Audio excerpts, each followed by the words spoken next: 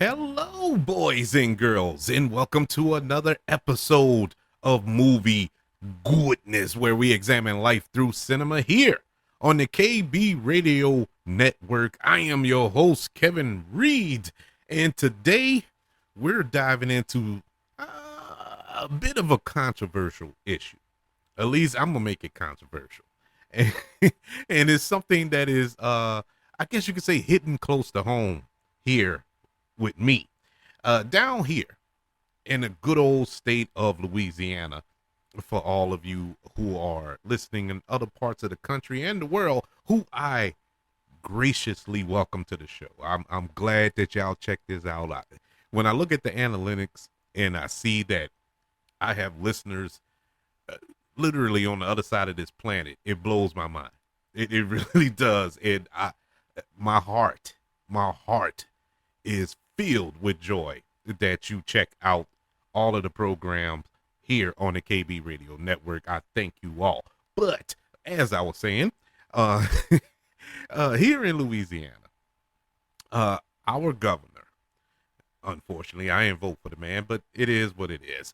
Jeff Landry, the newly elected governor here in Louisiana, he signed into law. And now this is on the docket for a lot of states. This particular law that's trying to get passed, even I think nationally, in Washington, if I'm not mistaken, to have the Ten Commandments posted in schools on display, if you will, to have it out in the open for everybody to read. Now, before I jump into this story wholeheartedly, let me put it out there in case you don't know and you joining this show for the very first time. Once again, welcome if you're joining for the very first time. I am a spiritual person. I believe in God. I believe in Jesus Christ. I believe in the Holy Spirit. I wouldn't call myself religious. I don't believe in religion. I believe in spirituality, though. And I'm a very spiritual person. And so when it comes to things of this nature, I have a different perspective, if you will. I mean, vastly different from a lot of so-called Christians that you may that you may know or that you are. I look at things a little differently. Now, that don't make what I say right, but it don't make it wrong either. You know, it's all based on your beliefs and your opinion. So at the end of the day, you come up with your own assumption as to what's right and what's wrong. But I look at things vastly different. I also want to put out there that I'm an ordained minister. So even more so, I, I look at things differently. And I don't have the same beliefs as a lot of Christians do. A lot of Christians, and this spans all denominations here. I don't care if you're Baptist or Catholic or Jehovah Witness, Pentecostal, whatever you are, Muslim, whatever, which isn't Christian, but we all they all have different things. I don't even classify myself as Christian. But that's a different show. I'm not going to go into all that. But this mandate that has come out of the offices of Louisiana government, I don't agree with. I don't agree with it at all. And I will touch in on them as we get deeper into this show. And since we're talking about the Ten Commandments being posted in schools down here in Louisiana, of course, we're going to review a film that is related to the Ten Commandments. No, we're not going to review the Ten Commandments today. We reviewed the Ten Commandments maybe a year ago on this show. And eventually down the line, we probably end up doing it again. But for today's show, I wanted to do something different. and and I love this movie, and I don't know any other time that I'll get the chance to review this movie. It is the 2007 comedy The Ten, which is basically a movie based on the Ten Commandments, but it's a comedy. It's completely ridiculous, and I know a lot of people probably look at it, will watch that movie and think it's complete blasphemy, which you probably could, you probably could say that, but the movie's so funny to me. I don't care. I didn't care. I enjoyed that film. And so that's going to be our film that we're going to review at the end of this episode. But before we get into that, let's get into what took place here. Why is this such a big deal? And give my opinion. Whether it's right or wrong, that's up for you to decide. And I'm willing to listen. I'm willing to listen. If your opinion differs from mine, hey, we can talk about it, but we can talk about it respectfully. It doesn't have to be vitriol and all this other stuff spit out. Let's talk about it intelligently. And hey, who knows? Maybe I'll get it wrong. See your point of view and look at it a different light and like, you know what? You're probably right. And I'll make a whole nother show expressing how I had it wrong. I have zero problems with that, but it has to be an intelligent response. A lot of people present a problem, but don't have a solution. They could disagree. They're like, okay, you can disagree. Then what do you think I should do? Oh, I don't know, but you shouldn't do that. That's not how you debate. That's not how you get your point across. You know what I'm saying? You got to have a solution if you're going to present the problem. And so that's all I'm saying. But let's dive into this. Let's dive into what took place down here in the boot that I think is going to be this is just the start of something bigger that's going to rage out of control. And I'm just not feeling it. Louisiana has become the first state to require the Ten Commandments be displayed in every public school classroom. It's the latest move from the GOP's dominant legislation pushing a conservative agenda under this not country, but this state's new governor, Jeff Landry. The legislation that Jeff Landry signed into law on Wednesday, June the 19th, Freedom Day, nonetheless, it will require a poster-sized display of the Ten Commandments in large, easily readable font in all public classrooms. That's from kindergarten all the way over to state-funded universities. So this will start in kindergarten all the way to LSU down here, just to be put it in perspective. So that's all the way through your education. Jeff Landry said, if you want to respect the rule of law, you got to start with the original lawgiver, which was Moses. That's a quote from Jeff Landry, who apparently don't know how to read a Bible. Because Moses didn't give the law. Moses, look, I'm not going to take you to Sunday school, but that is the most inaccurate statement you can make. It just goes to show you how stupid the man is. Anywho's opponents question the law's constitutional stance and vows to challenge it in court. Proponents said that the measure is not solely religious, but that this is a historical significant. In the language of the law, the Ten Commandments are fundamental documents of our state and national government. The posters, which will be paired with a 4-paragraph context statement describing how the Ten Commandments were a prominent part of American public education for almost 3 centuries, must be in place in classrooms by the start of 2025. Under the law, state funds will not be used to implement the mandate. The posters will be paid for through donations.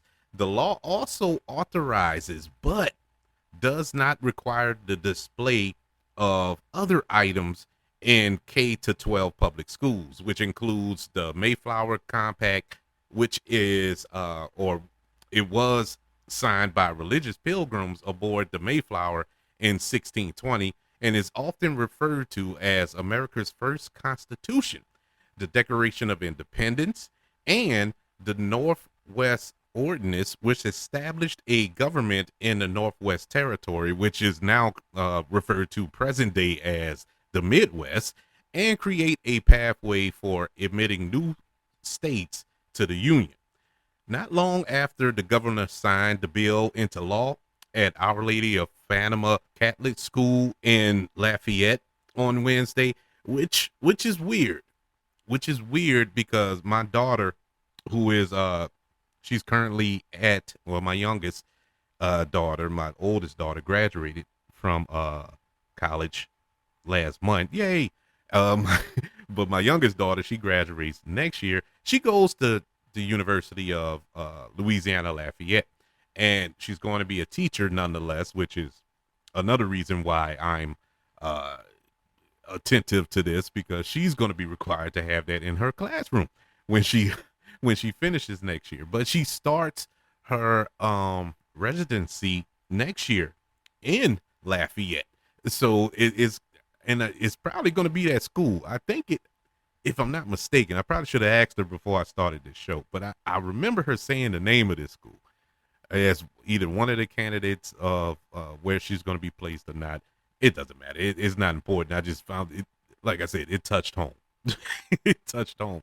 But not long after he signed this, civil rights groups and organizations that want to keep religion out of government promised to file a lawsuit to challenge it. The law prevents students from getting an equal education and will keep children who have different beliefs from feeling safe in school.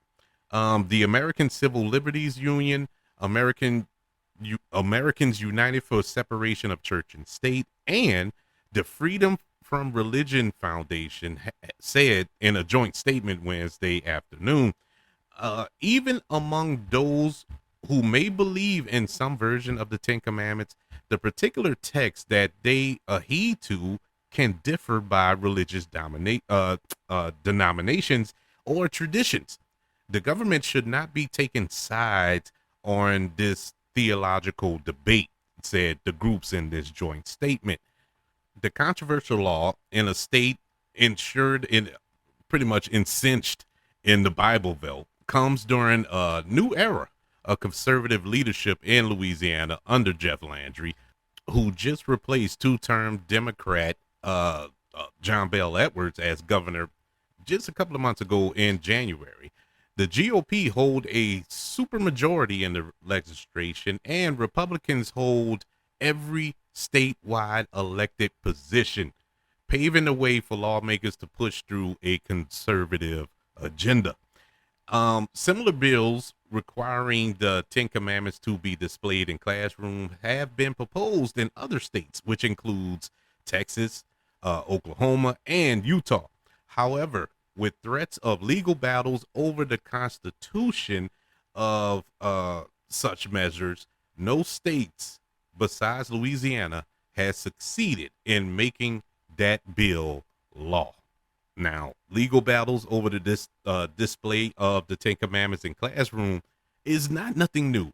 Back in 1980, the U.S. Supreme Court ruled that a similar Kentucky law was unconstitutional and violated the established clause in the U.S. Constitution, which says Congress can make no law respecting an establishment of religion.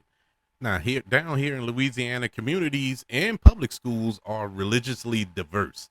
Yet, this law will require schools officials to promote a specific religious belief, solely set on that belief, which people of many faiths and those with no faith at all don't particularly subscribe to.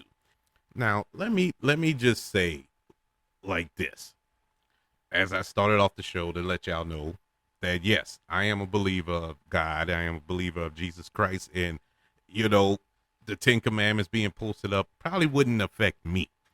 It wouldn't bother me. But when I was going to school, I went to school pretty mixed. I grew up in the suburbs. So I had all races, all creeds were in my school. They had Baptists. There were Catholics. There were even Muslims. There was even a couple of Jews there. There was some atheists there. I remember getting in a conversation with an atheist. A couple of them questioning why I believe in all this here. Fine.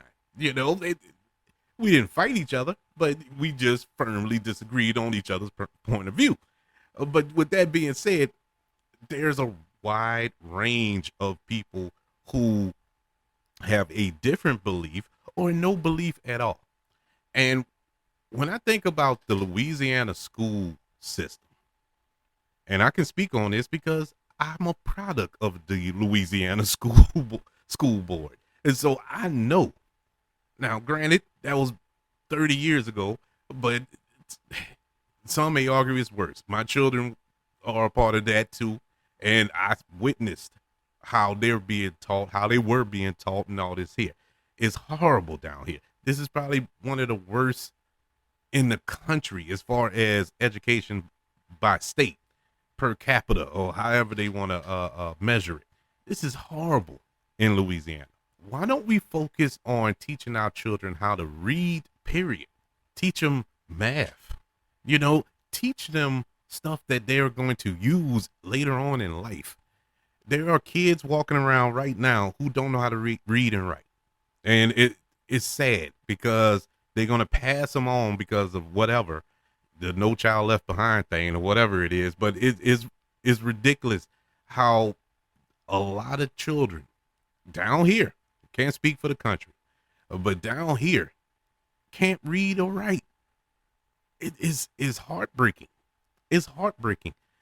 But you're going to put up a poster of the Ten Commandments. They can't read it. They don't even know what they're looking at.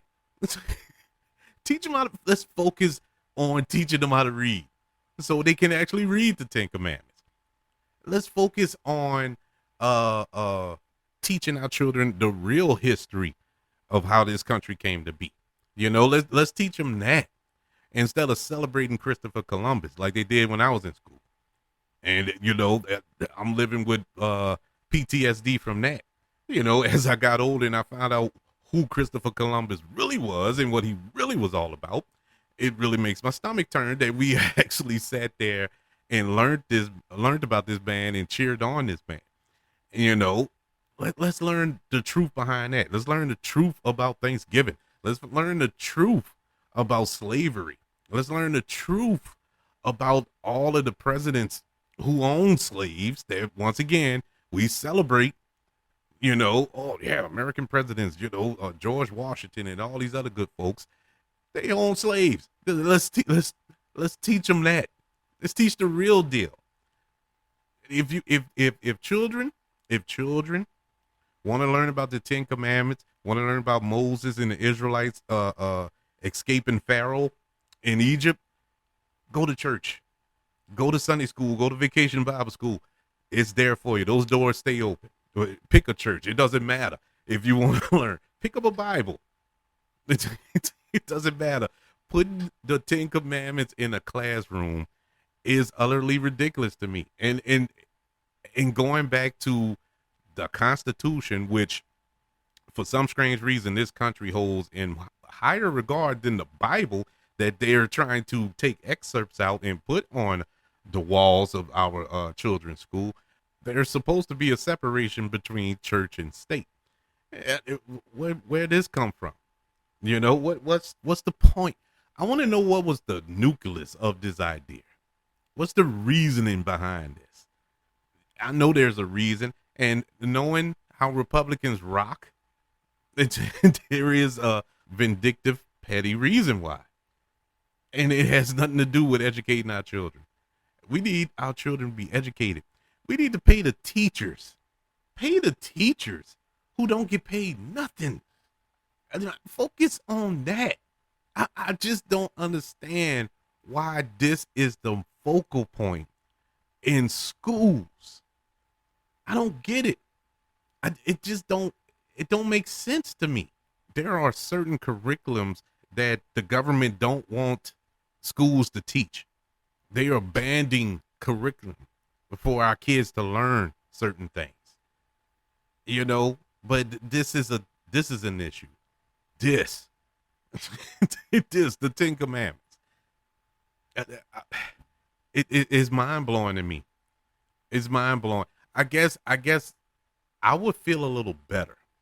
I would feel a whole lot better if it wasn't just the Ten Commandments? Why don't you put something else there too? There's 66 books in the Bible. You know, pick one. Pick any other one. Put a verse and stick that on the wall. But they don't know them. But they know the Ten Commandments, probably because they seen the movie. Doubt if they actually read a Bible. Because if they actually read a Bible, we wouldn't be going through half the stuff we're going through now. But I digress with that as well. This is completely ridiculous. I disagree with it wholeheartedly. And once again, I'm somebody who should be happy with this, but I'm not, because look at the kids now. Whether you agree with a person's belief system or not, it is what it is. People are going to believe what they want to believe or not believe what they don't want to believe. But the kids, they shouldn't have to suffer for that. Now, there are kids who grew up in homes. Let's just take atheists for an example. There are kids who grew up in an atheist household. Parents don't believe in God and, don't believe in religion and all that good stuff. And their kids learn from their parents, of course, and so they're going to follow their parents. And so they don't believe as well. So you're going to send those kids off to school in fear of being bullied, beat up, or even worse, because they don't believe what's written on that poster that is mandated by the state on the wall. That's not fair, because I feel that every person, whether it's a child or a grown adult, they go on their own personal journey to find out what they believe and what they who they choose to worship and all this here. That's a personal relationship. That is a personal spiritual journey that every individual have to go on. And at the end of that journey, whether you believe in God or not, that's your journey. For me, it was belief. For others, I don't believe it. Okay. I mean, you can't make nobody. And at the end of the day, that's what this government is trying to do. Make people believe what they believe. That's not how this works. That's not how it works. That same Bible which you took this Ten Commandments out, if you read what Jesus taught, Jesus didn't make people believe. And he was the Son of God. He didn't make you believe. He just put it out there. Now, what you did with it, that's your decision. And it's still like that now. It's called free will. It's up to you. So it's not the job of the governor. It's not the job of the senators. It's not the job of the House of Representatives, the president, whoever, the king, queen, whatever, to tell you who you should worship. And the funny part about all this is that this country was, quote unquote, built off of the belief of freedom of religion, freedom of worship, free to worship how you want to worship if you choose to worship. That's what I was taught in these same schools. So if it's a lie, they told it. So I don't understand why this is mandated in Louisiana schools and soon in schools across this country. And, I just don't agree with it. I just don't agree with it. If they will allow, the curriculum to be taught properly, I probably wouldn't have a problem with it. If the government was open to critical race theory and things, surrounding that and allowing that to be taught in schools, I'd probably be all right. Because at least you open to listening to everything, teaching everything that deserves to be taught. It's not like lies being spread here. This is actual history. Those are actual facts. The Ten Commandments, the Bible, religion, all that's based on faith. That's based on your beliefs.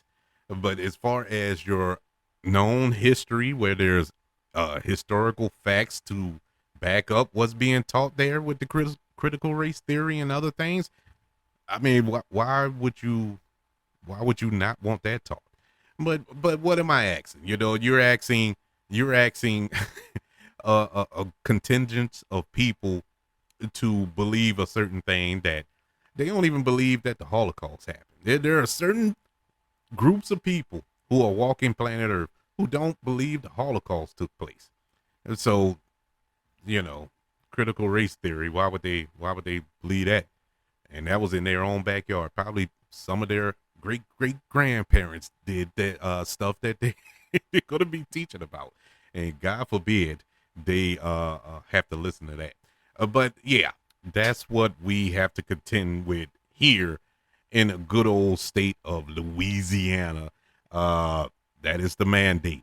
By 2025, all classrooms from kindergarten to college will have to have the Ten Commandments on display in their classrooms. And I would like to know how they're going to pull this off, because they claim taxpayers not paying for this. It's going to be donations. I don't see that happening. I honestly don't see that happening.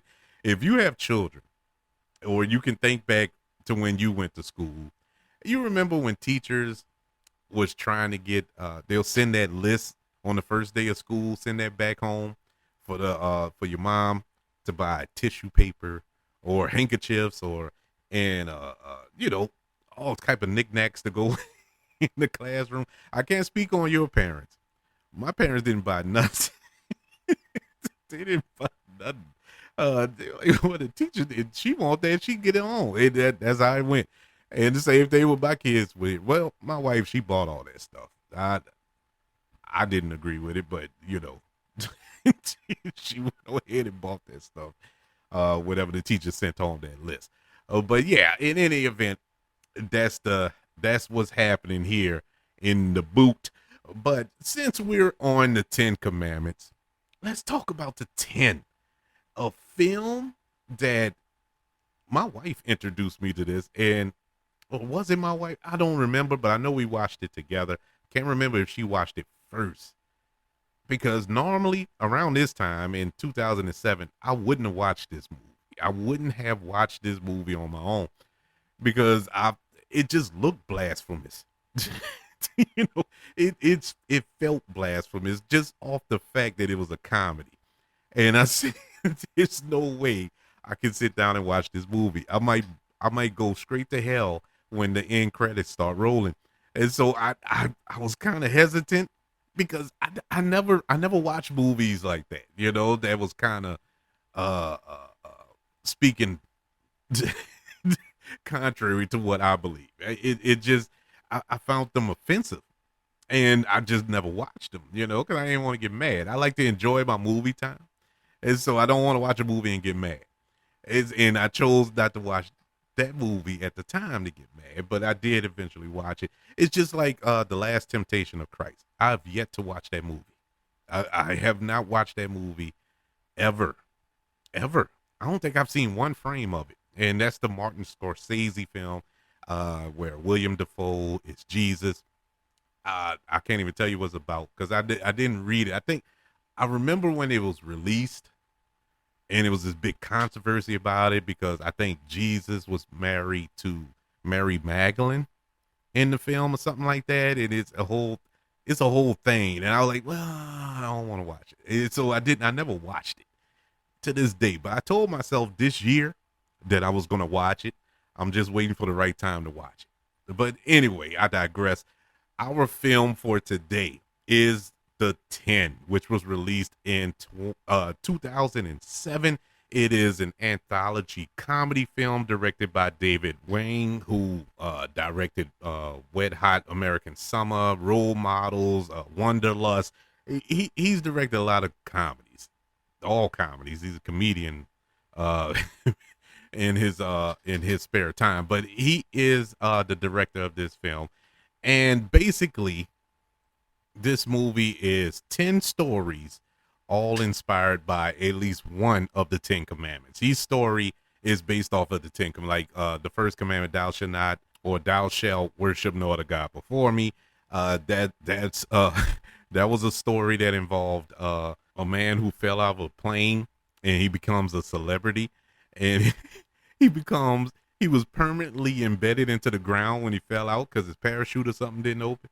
And so he becomes like this a godlike figure. Everybody is enamored by him. Uh, Adam Brody is the guy. Ron Silver, Willonda Ryder is in this story. It is hilarious. It, that story was good. The second story, "Thou shalt not take the Lord's name in vain." This the one. This is the one story in the film that I was a little, you know, like, y'all towing the line here, and it's about Gretchen Mol. She plays this librarian who has this sexual awakening in Mexico when she meets this local Jesus, who who turns out to be Jesus, and she eventually settles down and she marries this guy, not Jesus, but this other guy. But she's secretly reminded of her fling with Jesus whenever her family prays at meals, you know, around the dinner table. That one was really like, oh, okay, now y'all going straight into blasphemy here, but it was funny, but it, it was still just a tad bit blasphemous. The third short in this movie, "Thou Shalt Not Murder," when you have a doctor who kills his patient after leaving a pair of scissors inside of him after a surgery, and so despite expecting the charges to drop because he said it was a goof, the whole thing was a goof. He did it on purpose because as a goof, as a little prank. But the guy ended up dying, so the judge sentenced him to life in prison. And so, so that was that story. Honor thy father and thy mother. This one here, this one here was kind of weird. This was like the weaker of the whole film. It really wasn't all that funny. It was just weird because it was this white mother, and she hires this Arnold Schwarzenegger impersonator to be the father figure to her black children after telling them he was their biological father. So it was revealed that Arsenio Hall was actually the father, but they decided to keep the Arnold impersonator as the a part of the family, despite not being able to you know, impersonate Arsenio, but he said he can impersonate Eddie Murphy instead. So he does. He tries, and that was that short. It was like whatever. It wasn't all that. It was just silly concept. Now the one that was probably the funniest, or is it the funniest? Yeah, it's close. It's close. It's debatable, and it's "Thou shalt not covet thy neighbor's goods." This was hilarious. This was the one with Liv Schreiber. He plays. He's a police detective, and he notices that his next door neighbor orders a CAT scan machine to his house, and he's fascinated by it, and so he buys one, and it's like a back and forth. They continue to buy CAT scan machines to the to the point to the point where their wives leave them and take the family. I mean, the whole house was full of CAT scan machines. Both of their houses, and it's like, what they gonna do with all these CAT scan machines? And so they had a disaster at this nuclear power plant, not far from their neighborhood or whatever. And these school kids were there on a field trip, and so at the same time, Liv Schreiber and the neighbor, they, after beefing with one another so long, they decide to bury the hatchet. They go to a bar to drink, to talk things out and be patch things up or whatever. And so one of the I guess parents that was on the field trip with him or something, because they were like, man, all these kids were exposed to this radiation. They need CAT machines. They need CAT scan machines. Where are we going to find all these CAT scan machines? And he's familiar with the situation with these two neighbors. Oh, and so they take the whole busload of the kids and bring them to the house. And so they get to the houses, and they beating on the door, knocking on the door, trying to get in. They're not there. They're at the bar. So all the children all the children end up dying because they couldn't get to the CAT scan machine. It was hilarious. Look, I'm telling you, that was the one thing that really saved the movie. And Liv Schreiber, who I didn't see as a comedic actor around this time, this was like his first time, at least first exposure to me of him being funny. He was hilarious. He was hilarious in this little skit here. The sixth one, "Thou shalt not cover thy neighbor's wife." We see there was a prisoner who desired his fellow inmate in prison. And who was the inmate? It was the doctor from the third story, "Thou shalt not murder." It was him. So he wanted him. Oh man, I'm telling you, this movie was bananas. Then the seventh one was "Thou shalt not steal." We got the woman from the first one that was Winona Ryder. Uh, she had married this TV anchor and fell in love with this ventriloquist, and she steals it and runs off with the puppet and has a romantic relationship with the, oh my god, this movie, man, I'm telling you, it was this movie was so stupid. It's a stupid movie. It is stupid, but it is meant to be stupid. It was stupid on purpose.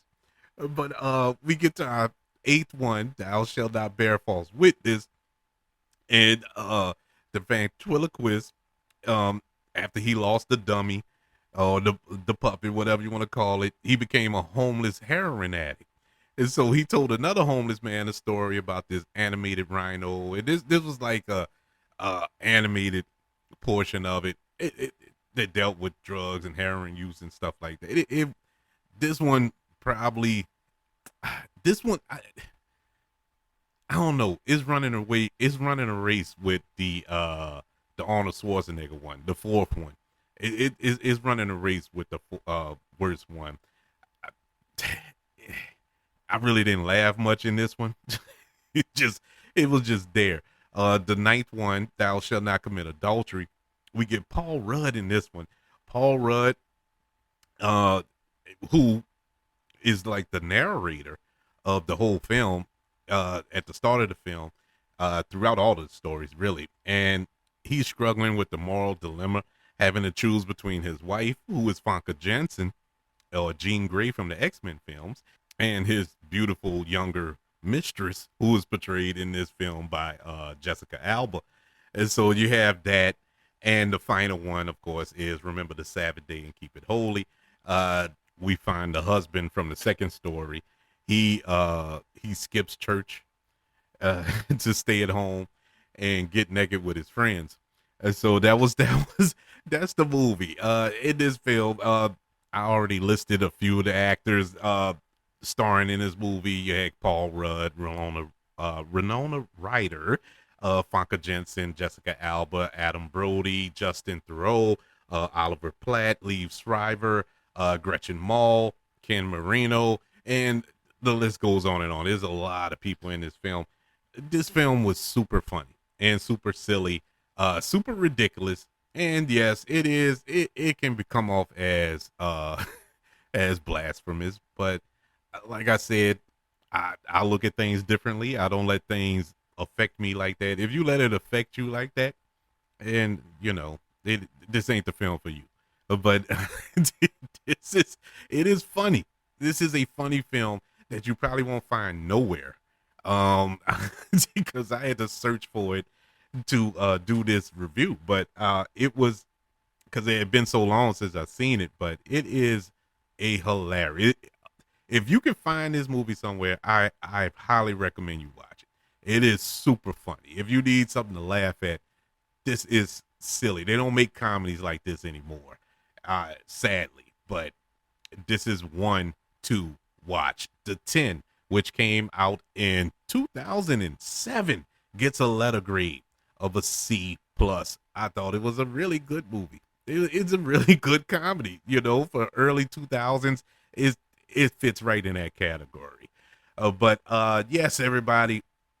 This the new legislation that has been passed in Louisiana and coming to a state near you, effective, I guess, in the next couple of years or so here in Louisiana.